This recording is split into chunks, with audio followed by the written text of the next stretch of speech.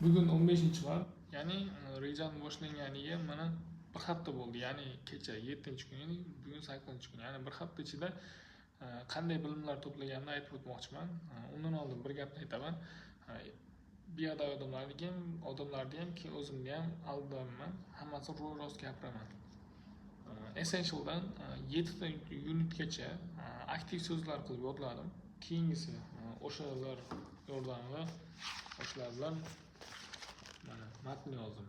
O'shalar eng ko'p ishlatiladigan so'zlar bilan qatnashtirib.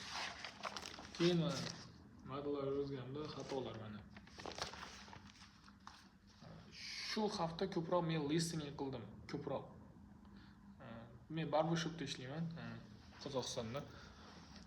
Ko'proq listening qilib, ko'proq tingladim bu hafta. Endi yana ham ko'proq darslar qilishga harakat qilaman. Ya'ni men albatta aytgan gapim 6 oyda 0 darajadan 8 oyga solaman.